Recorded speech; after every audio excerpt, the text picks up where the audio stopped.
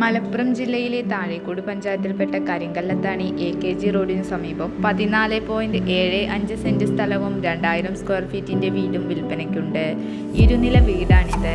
7 ബെഡ്റൂമുകൾ ഉൾപ്പെടുന്ന സുന്ദര ഭവനം.